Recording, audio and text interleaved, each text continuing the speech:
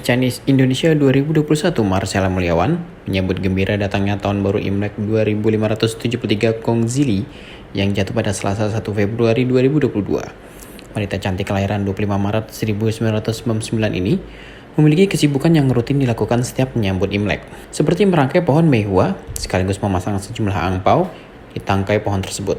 Selain itu, Marcella juga membantu kedua orang tuanya membersihkan dan mendekorasi rumah dengan ornamen-ornamen Imlek.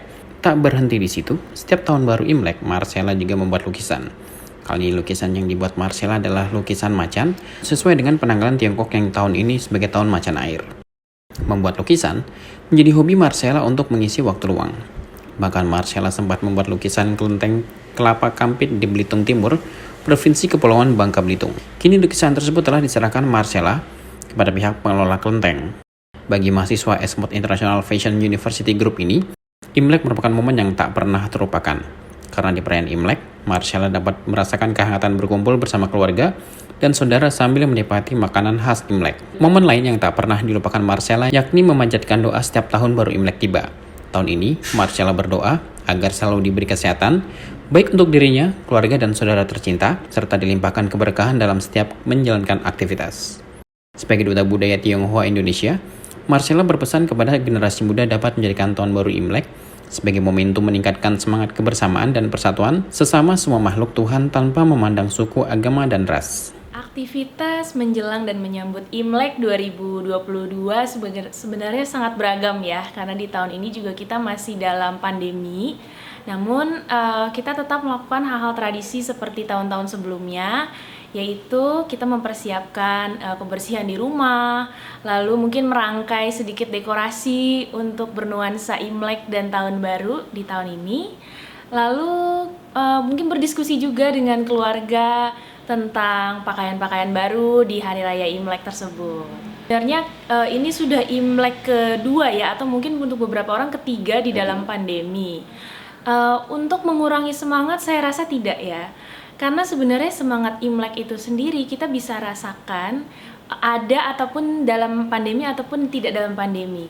Ditambah lagi dengan zaman yang sudah berkembang dan digitalisasi ini, walaupun mungkin kita punya family di daerah yang tidak sama dengan kita, di pulau lain, kita masih bisa berkomunikasi, masih bisa video call sekarang, video conference untuk menyampaikan ucapan tahun baru Imlek. Lalu bisa juga kita bersama-sama video conference untuk merayakan Imlek secara online atau virtual. Nah, jadi semangatnya tidak habis, tidak luntur, malah menjadi harapan di tengah-tengah pandemi. Kalau misalnya di dalam pandemi ini kita masih bisa merasakan damai sukacita Imlek dan kegembiraan lainnya. Untuk bersilaturahmi atau beramah tamah ke rumah, mungkin juga kita harus mengurangi juga ya, karena kita harus menaati protokol kesehatan yang berkaitan dengan COVID-19 ini. Jadi mungkin bisa dikatakan seperti Imlek yang hybrid ya. Jadi kita tetap bersilaturahmi untuk keluarga dekat saja, yang untuk mendatangi ke misalnya ke kediaman kita untuk merayakan keluarga inti saja Imleknya. Lalu sisanya kita bisa menyampaikan rasa kegembiraan kita juga untuk Hari Raya Imlek melalui digital atau online platform. Pada umumnya kita merayakan di rumah kami sendiri, namun ada juga beberapa tempat mungkin kita masih punya family yang lebih tua dari kita, maka kita harus menghormati mereka dengan mendatangi rumah mereka. Namun juga kembali dengan keadaan pandemi, kita mengurangi hal tersebut, namun kita mengganti momen-momen tersebut dengan misalnya kita mengirimkan buah-buahan atau mengirimkan makanan, tanda dan cindera mata untuk merayakan Imlek dari rumah masing-masing. Dan tidak lupa kita mengucapkan lewat video call ataupun digital. Nah, Imlek adalah sebuah wadah untuk berharap menurut saya, untuk harapan-harapan yang lebih baik lagi dari tahun-tahun sebelumnya. Karena kita akan selalu berdoa di awal tahun. Yang pertama pasti kita bersyukur dulu sebelum kita meminta. Kita bersyukur sudah diberikan kesehatan, rezeki, dan berkah untuk melalui tahun yang lalu. Lalu setelah itu kita meminta untuk berkah, rezeki, dan kesehatan yang lebih baik lagi di tahun yang akan datang. Dan harapan yang istimewa dan menurut saya ini juga universal untuk semua orang pasti menginginkan ini ya. Kalau menurut saya adalah yang pertama penting kesehatan. Jadi kesehatan adalah sebenarnya anugerah yang kita semua pasti menginginkannya, apalagi dalam situasi pandemi. Lalu dengan kesehatan kita, fisik dan mental, kita dapat diberikan kekuatan untuk bekerja, untuk berkarya, bersekolah, lalu kemudian kita bisa mendapatkan berkah yang kita inginkan.